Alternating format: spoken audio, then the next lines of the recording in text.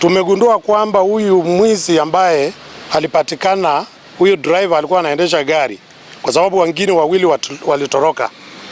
Tumegundua ni mwizi ambaye aliweza kuiba tena mwaka huu, karibu mwezi wa 3 waliweza kuua watchmen wawili kule Chwele, na tumegundua ni the same group ambaye imekuwa ikiterrorize watu.